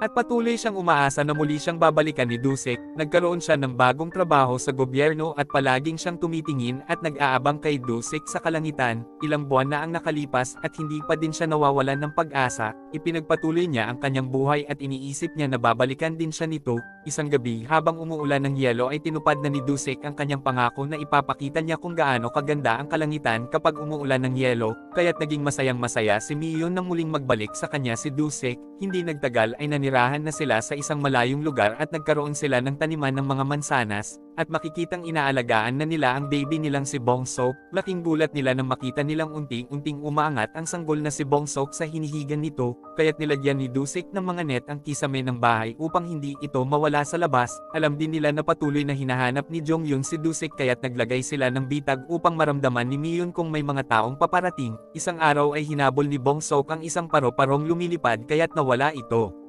Sobrang nag-alala si Mion at agad niyang sinabi ito kay Dusek, at ilang sandali ay natagpuan ni Dusek si Bongsok habang umiiyak ito sa mga ulap, at ito pala ang paulit-ulit na napapanaginipan ni Bongsok sa tuwing siya ay natutulog. Natakot si Mion dahil baka nakuha na ni Yongjun si Bongsok, at nakahinga siya ng maluwag nang matagpuan ito ni Dusek. Napag-usapan nila na lalabas sila ng bayan ng Seoul, at magbubukas sila ng isang Donkatsu restaurant kapag lumaki na si Bongsok at nagplano sila sa kinabukasan nito. Samantala ay nagawang maitaas ni Yongjun ang kanyang rank at binigyan siya ng trabaho sa National Intelligence Services. Kumuha siya ng bagong mga talent sa tulong ng principal na si Ryuk. Isang umaga ay wala silang kaalam-alam na si Ryuk pala ang matandang bumili sa kanila ng isang kahong mansanas. At kinagabihan ay naramdaman ni Mion na mayroong 30 mga tao ang pumasok sa kanilang bakuran, kaya't sinabi ni Dusek kay Mion na magpapahabol siya sa mga ito upang makatakas silang dalawa ni Bongsok. Sinabi din niya na huwag ipapaalam kahit kanino ang kapangyarihan ni Bongsok kahit ano ang mangyari at itago niya ito dahil ayaw niyang matulad ang buhay ni Bongsok sa kanya, at sinabing huwag kang mag-alala at babalikan ko kayo, at nagtagumpay sila sa kanilang plano at nagawang makaalis ng mag-ina sakay ang kotse habang hinuhuli naman si Dusek. Sinunod ni Mion ang kanilang plano na pumunta sa labas ng bayan ng Seoul, ngunit wala siyang kaalam-alam na tinitingnan siya ng principal na si Ryuk. Samantala ay naiwan ng mag-isa si Juwon pagkatapos maipasara ang agency. Naghanap siya ng ibang trabaho sa gobyerno at hindi naging madali ito para sa kanya dahil sanay siyang magtrabaho sa mga misyon nila ni Dusek sa field kesa sa loob ng opisina. Sinusundo din siya ng kanyang pinakasalang si Ji-hee sa bus stop, at magkaakbay silang dalawa habang pauwi sa kanilang bahay. Gumawa din sila ng kanilang tradisyon na kakain sila ng barbecue minsan sa isang buwan upang maramdaman nila na may maayos silang pagsasama. Ngunit habang tumatagal ay napapansin ni Ji-hee na hindi na masaya si Juwon sa bagong trabaho nito, kaya't sinabi niya dito na umalis na siya sa trabaho at gawin ang gusto niya. Ngunit hindi naman makapag-resign si Juwon dahil mawawala ang pabahay na binigay sa kanila ng gobyerno. Samantala ay nakakaramdam ng pagkabigo si Ji-hee dahil hindi niya masabi kay Juwon na gusto na niyang magkaanak, at inilihim niya ito kay Juwon at patuloy siyang umaasa na mabuntis.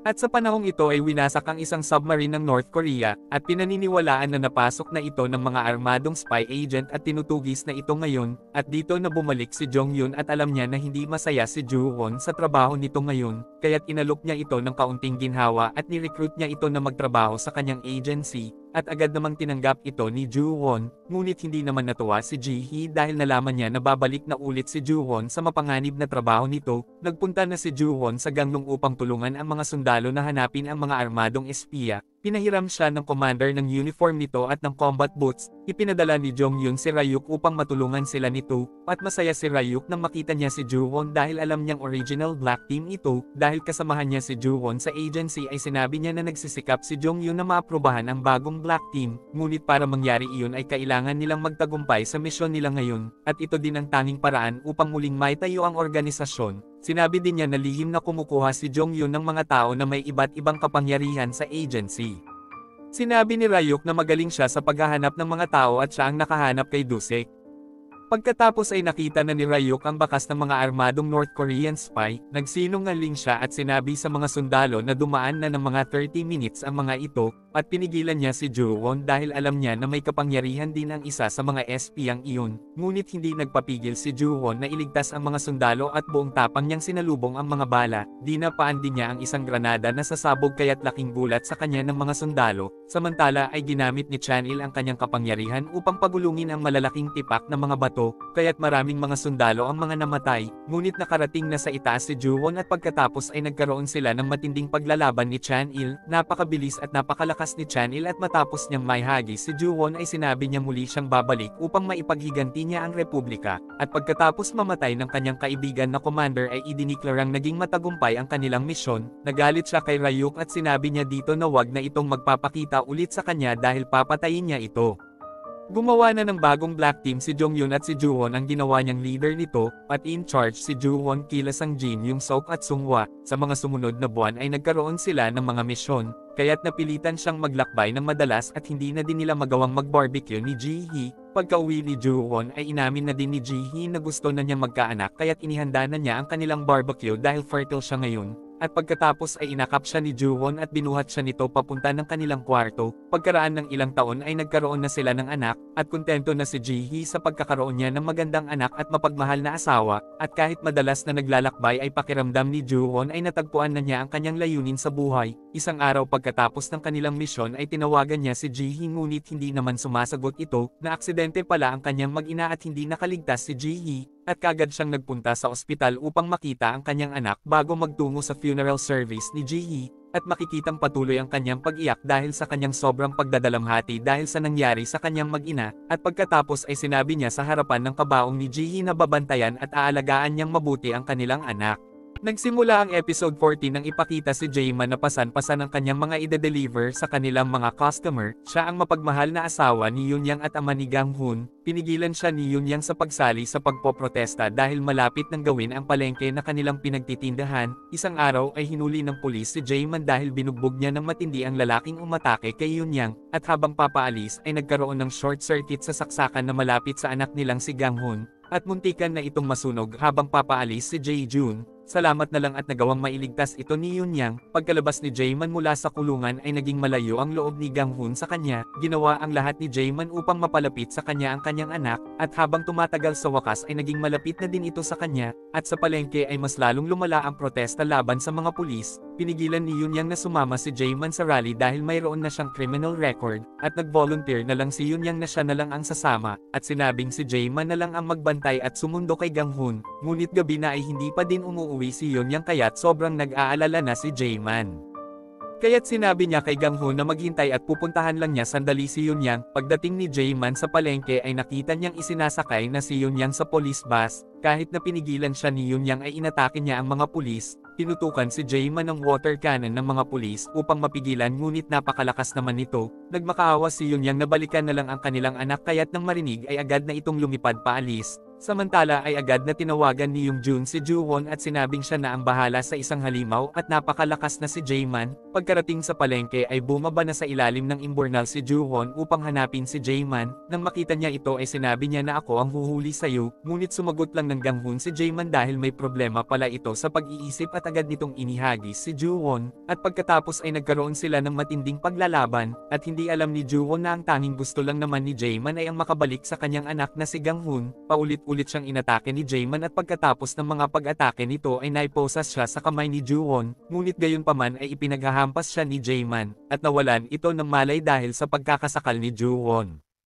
At habang hinihila na siya sa tubig ay narinig ni Ju-won na may isang batang umiiyak at humihingi ng tulong. Pinuntahan ito ni Ju-won at sinuntok ang pader ngunit biglang nagising si Jaeman at tumulong din ito sa kanya, at nang hanapin ng mga pulis ang batang nahulog sa imburnal ay nakita nilang buhat ito ni Ju-won. Sinabi ni Yoon-jun sa kanya na inutos ko na hulihin mo ang halimaw pero sa halip mas inuna mong iligtas ang bata, at pagkatapos ay sinabi ni Ju-won na umuwi na si Jaeman sa kanilang bahay dahil nangako ito sa anak na uuwi kaagad, at ilang sandali ay pinuntahan na nila si Jaeman sa bahay nito habang umiiyak at akap-akap nito si Gang-hoon, at habang papaalis sila Ju-won ay biglang tumilapon palabas ang mga pulis, kaya't laking gulat nila nang malaman na si Gang-hoon pala ang may kagagawan dahil nagalit ito sa mga pulis. Nakangiting sinabi ni Yoon-jun na naipapasa pala sa mga anak ang mga kapangyarihan, at makikitang napatingin sa kanya si Ju-won, at sa kasalukuyan ay sinabi ni Hee-soo sa kanyang ama ang tungkol sa kanyang mabait na kaibigan na si Bong-sok, at pinag-usapan nila ang huling sandali ng kanyang ina, at sinabi niya na naniniwala siya na nakangiti ito sa kanya bago mamatay dahil alam nitong hindi siya nasaktan, at pagkaalis ng anak ay palihim na nag-iiyak si Ju-won habang nakatalikod. Pagkalipas ng ilang araw ay pinag-usapan nila yung Jun ang pagtakas ni Joo-won sa kanila, ngunit sinabi ni Ryuk na gagawin niya ang kanyang trabaho upang mahanap si Joo-won, ngunit gustong malaman ni Yung Jun kung mayroong ding kakayahan ang anak ni Joo-won, at sigurado si Ryuk na nakaligtas si Hee-soo sa aksidente dahil may kakayahan din itong magpagaling, at may kinalaman din pala siya sa nangyaring aksidente kila Hee-soo. Ipinayo niya na mag-focus sila sa mga anak ng mga agent at bumuo ng isang National Talent Development Project upang maprotektahan ang next generation. Sinabi niya na nakuha na nila si Gang-hoon na anak ni Jaeman at kailangan lang nilang hanapin si Hee-soo na anak ni Joo-won at si Bong-seok na anak ni Do-sik, at kapag nakuha na nila ang mga ito ay mayroon na silang susunod na black team, at agad siyang pinayagan ni Yung Jun upang umpisahan na ang project, at ito ang dahilan kung bakit nagkaroon ng Jongwon High School. At sa kasalukuyan ay muling ipinakita sila Bong-seok, Hee-soo at Gang-hoon, at ipinakita din dito ang bagong assassin na ipinadala mula sa North Korea. Naalala ni Hee-soo ang aksidenteng nangyari sa kanya sa gym, nandoon si Sang-wook ngunit hindi siya tinulungan nito. Pagkatapos ay dumating si Gang-hoon at tinanong niya si Hee-soo kung siya ba ang nagluwag ng tornilyo ng basketball ring, ngunit itinanggi ito ni Hee-soo at galit na umalis, at sa convenience store ay napag-usapan nila ni Hee-soo ang kanilang plano para sa hinaharap, at sinabi niya na gusto niyang magtrabaho sa gobyerno. Naalala niya ang pakikipag-deal niya kay Ryuk na may iligtas niya ang kanyang ama sa mga kaso nito kung mag-aaral siya sa eskwelahan nito, samantala ay nakikinig naman si Bong-seok ng music sa klase. At naalala niya ang pagsasagutan nila ng kanyang ina at malungkot siyang tumingin sa labas ng bintana. Pagkatapos ay dumating na sila Hee-soo at Gang-hoon at napatingin sa kanila si Bong-seok. Dumating din si Il-won at sinabi nito na kinancel ang pasok ngayon dahil sa nangyaring aksidente sa gym, at bago umalis ay sinabi niya kay Hee-soo na pumunta ito sa guidance room.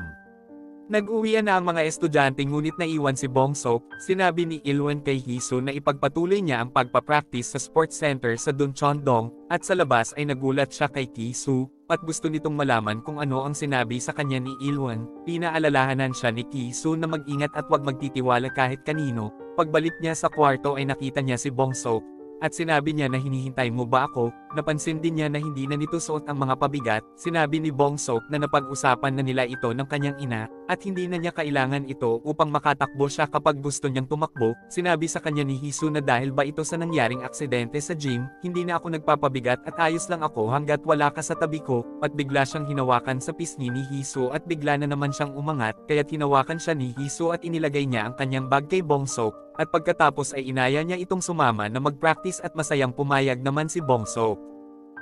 At sa labas ay hindi napansin nila Bong-seok na may isang lalaki na sumusunod sa kanila, samantala ay gumagayak si Mion upang pumunta sa eskwelahan, at naisip niya kung bakit may dalawang kabataan na may kapangyarihan ang nag-aaral pareho sa Jongwon High School. Kinuha na niya ang kanyang baril at cellphone at saka umalis. Isinuot na din ni Joo-won ang kanyang combat boots at pagkatapos ay ipinirito niya ang kanyang isang kamay at tiningnan ang paggaling nito.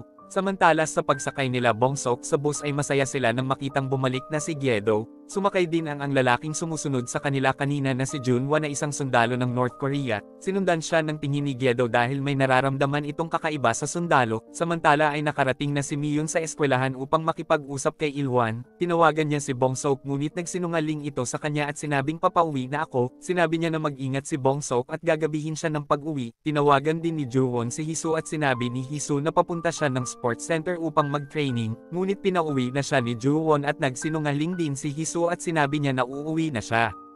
At nagpunta si Joo-won sa eskwelahan at pagkatapos ay itinawag ni Ji-sung na nasa eskwelahan si Joo-won at Mion. Tinanong ni Mion si Il-won tungkol sa viral video at kung may kapangyarihan si Gang-hoon. Itinanggi ito ni Il-won at nabanggit nito si Bong-seok kahit hindi naman sinasabi ni Mion ang pangalan ng kanyang anak, kaya tinanong siya ni Mion kung paano siya nakilala nito, ngunit hindi na nakakibo si Il-won. Samantala ay nagpunta si Sung-wook sa principal's office at pinapanood niya si Joo-won sa CCTV. Nag-inspection si Joo-won sa gym dahil sa kanyang pag-uusisa sa nangyaring aksidente. Nagsinungaling si Il-won kay Mion at sinabing nakita kita sa isang social media account ni Bong-seok, at sa labas ng eskwelahan ay may mga lalaking na nagpaplano na nakawin ang files ng mga estudyante na mayroong mga kapangyarihan, at ipinag-utos din sa kanila na patayin ang lahat ng involved sa pagte-training sa mga estudyante na tinatawag nilang mga gifted. Wala silang pag-aalanlangan tungkol sa pagpatay sa mga matatanda, ngunit hindi sila sigurado kung ano ang gagawin nila sa mga bata. Pagkatapos ay nakatanggap sila ng tawag at sinabi na pumasok na sila sa pinto sa likod ng eskwelahan, at sa bus ay napansin ni Gyedo si Junhwa na malapit nang bumaba ng bus kasabay sila Bong-seok at Hee-soo. at napagtanto niya na nasa panganib sila Bong-sok kaya't pinatulan niya ang bus at nagkagulo ang mga pasahero sa loob at pagkatapos ay nakita niya sa salamin na nakaangat na si Junhwa at makikitang patuloy lang na tinititigan ng sundalo si Gyedo. At nang makita ni Gyedo ang police station ay bigla niyang inihinto ang bus at paglingon niya sa likod ay biglang nawala si Junhwa at ipinakita ang isang nakaraan ng tanggapin ni Yoongjun si Ilwon sa agency at ginawa siyang isang teacher ni Yoongjun sa Jongwon High School upang mag-training ng mga estudyanteng gift-gad at sa kasalukuyan ng buksan ni Juwon ang pinto ay nakita niya si Miyun. Bago umalis ay inilagay ni Miyun ang kanyang cellphone sa basurahan upang marinig niya ang pag-uusap nila Juwon at Ilwan. Tinawagan ng babaeng tagalinis ang mga lalaking nag-aabang sa labas at pinapasok niya ito sa eskwelahan. Sinabi niya kung nasaan sila Juwon at Miyun, samantala ay sinabi ni Ilwan kung paano siya iniligtas ni Juwon mula sa mga North Korean spy. At isa din pala siya sa mga sundalo noon, at sa labas ay nakarating na sa eskwelahan ang North Korean team, at sinira ng mga ito ang malaking kadena ng gate upang makapasok sila sa loob. Samantala habang nasa itaas ay nakita ni Junhwa na pumasok sila Bong-sok sa sports center, habang tumatakbo sa loob ay nagpunta sa convenience store si Bong-sok, at pagkatapos ay biglang inihagis ni Junhwa si Hisu kaya tumama ito sa tennis table sa ibaba. Pagkabalik ay nakita ni Bong-sok na nakalak ang pinto kaya't tinawag niya si Hisu, at narinig din niyang sumisigaw na tila nakikipag-away si Hisu sa loob, kaya't agad siyang tumakbo palabas at nilipad niya ang bintana ng sports center sa itaas, at eksaktong inihagis ni Junhwa si Hisu kaya't nasa po niya ito bago pa man ito bumagsak, at ilang beses silang nagpaikot-ikot sa ere bago bumaba ng dahan-dahan, at makikitang tinitingnan sila ni Junhwa, at sa office habang nag-uusap sila Juwon ay biglang dumating si Do-kyun, at siya pala ang leader ng North Korean team, at ipinag-utos sa kanya na kuhanin ang files ng mga estudyante at patayin ang lahat ng involved sa NTDP project. At sa kasalukuyan ay sinabi ni Do-kyun kay Ilwan na gusto niyang makuha ang files ng mga gift card. Kunwaring kinuha ni Ilwan ang mga files ngunit baton lang pala ang kanyang kinuha at inihampas niya ito sa kasamang lalaki ni Do-kyun. At nang makita na tila walang nangyari sa lalaki kaya't inatake ito ni Juwon. Samantala habang tinatawagan ng ina ay sinugod ng isang lalaki si Gang-hun. At nang marinig ang pagdaing sa sakit ng anak ay agad na nagtungo si Jaeman sa eskwelahan. Iniumpog ni Juwon ng ilang beses ang tauhan ni Do-kyun hanggang mabutas ang pader, ngunit biglang dumilat ulit ang mga mata nito at pinagsusuntok sa mukha si Juwon at makikitang lumubog ang bakas ng kamao nito sa pisngi ni Juwon. Hinamon ni Hisu si Junhwa at sinugod nila ito, nilipad ni Bong-sok si Junhwa ngunit tinapakan lang siya nito paibaba at sinipa lang niya si Hisu. Sumugod ulit si Bong-sok ngunit inilagay lang siya nito sa isang malaking net. Samantala sa office ay isinisi ni Do-kyun ang lahat kay Do-sik, at narinig ito ni Miyun dahil patuloy pa din niyang naririnig sa kanyang cellphone na inilagay niya sa basurahan kanina, kaya tinawagan niya si Bong-sok ngunit hindi naman sumasagot ito, at nagpasya siya na puntahan sila Do-kyun sa office.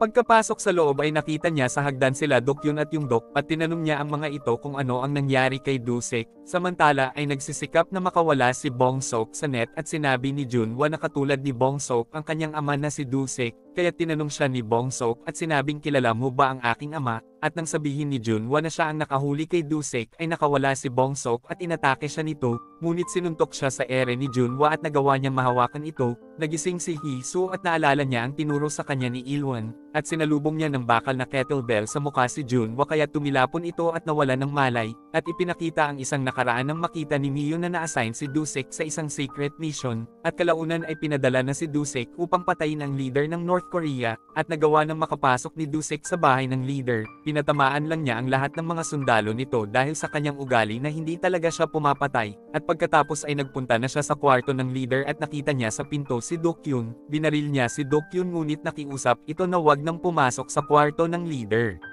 Pumasok pa din si Do-sik sa kwarto ngunit dinukot ni Do-kyun ang kanyang secret gun ngunit mabilis siyang binaril sa kamay ni Do-sik kaya't naputol ang kanyang isang daliri, at nakita ni Do-sik na naka-life supporting machine na ang leader, kaya't imbes na patayin ay iniwanan na lang niya ito. Pagkatapos ng pag-atake ni Do-sik ay naghanap na ang North Korea ng mga taong may kakayahan, at si Do-kyun ang inutusan ng chief ng security department. Pinatalon at pinabaril niya ang mga kalalakihan sa isang napakataas na bundok at kung sino ang makakapasa sa pagsubok na ito ay magiging isang elite warrior. At dito niya nakuha si Junhwa at yung Dok dahil sila lang ang mga nabuhay. Sinabi ni Dokyu na kung tatakas siya ay papatayin siya pati na ang kanyang buong pamilya, kaya't no choice na si Junhwa kundi ang sumali sa kanila. Kasabay nito ay nahuli na ng mga tauhan ni Yongjun si Dusik. Sumuko si Dusik upang mailigtas niya ang kanyang pamilya. Dinala siya ni Sanggo kay Yongjun at pinagbantaan siya nito na hahanapin nila ang kanyang pamilya kung hindi niya gagawin ang isang huling misyon. Sinabi ni Yongjun na kailangan niyang pumunta sa North upang patayin ang bagong leader doon.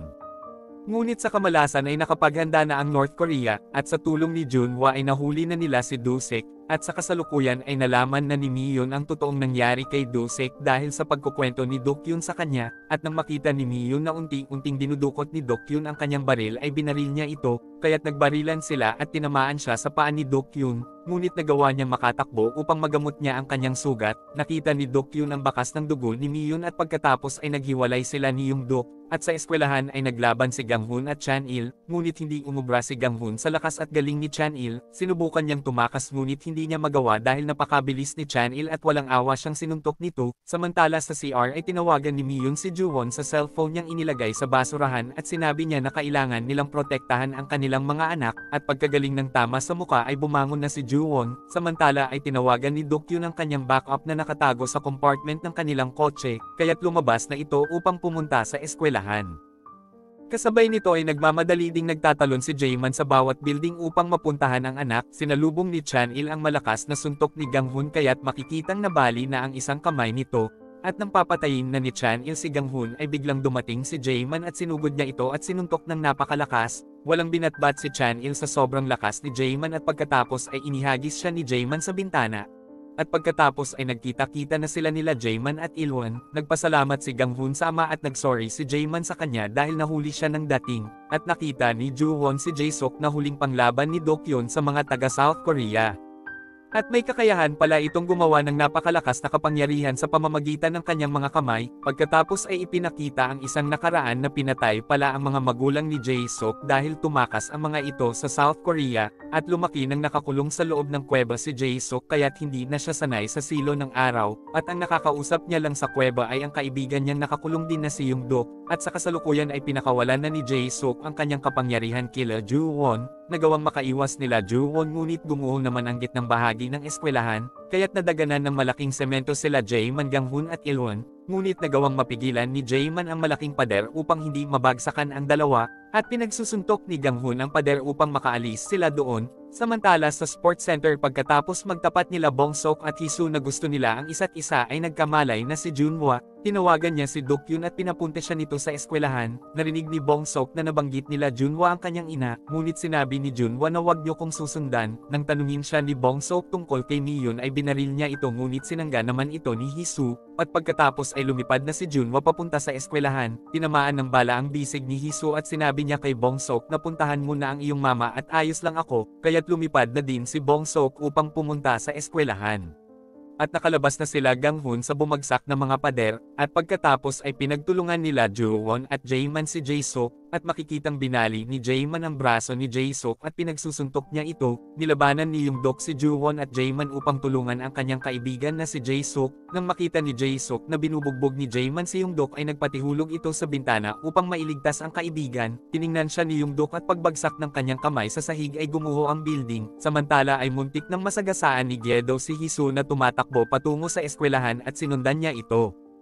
At sa labas ay makikita natin na nagkita-kita na sila Ganghun, Ilwon, Hanbyul at Hisu. Samantala ay hawak-hawak ni Juwon ang walang malay na si Jaeman habang nakatuhog sa kanyang dibdib ang isang bakal. Inihagis muna niya si Jaeman sa itaas, at nang magkamalay na si Jaeman ay pinapunte na niya ito kay Ganghun, at pagkatapos ay hinugot na niya ang kanyang sarili mula sa bakal na nakatuhog sa kanyang dibdib. Ngunit nang makapanik na siya ay bigla naman siyang binaril ni Junhwa sa mata mula sa itaas. At nang makita siya ni Mion ay binaril siya nito sa braso. Nang babarilin niya si Mion ay biglang dumating si Bongsok at nailigtas nito ang ina, at pagkatapos ay pinagsusuntok siya ng galit na si Bongsok sa ere. Samantala ay nakita ni Gyedo sa itaas sila Bongsok at Junhwa kaya't agad niyang pinuntahan ang dalawa sa eskwelahan, at dagling pumanik si Mion sa itaas upang iligtas ang anak, at agad na iniwas ni Gyedo ang bus nang makita niyang ibabangga ni Junhwa si Bongsok. Samantala nang magkamalay si Juwon ay dinukot niya ang bala sa kanyang isang mata, lumipad ulit sa ere ang dalawa at tinutukan ni Junhwa si Bongsok. Ngunit tinutukan din ni Miyun si Dokyun sa rooftop.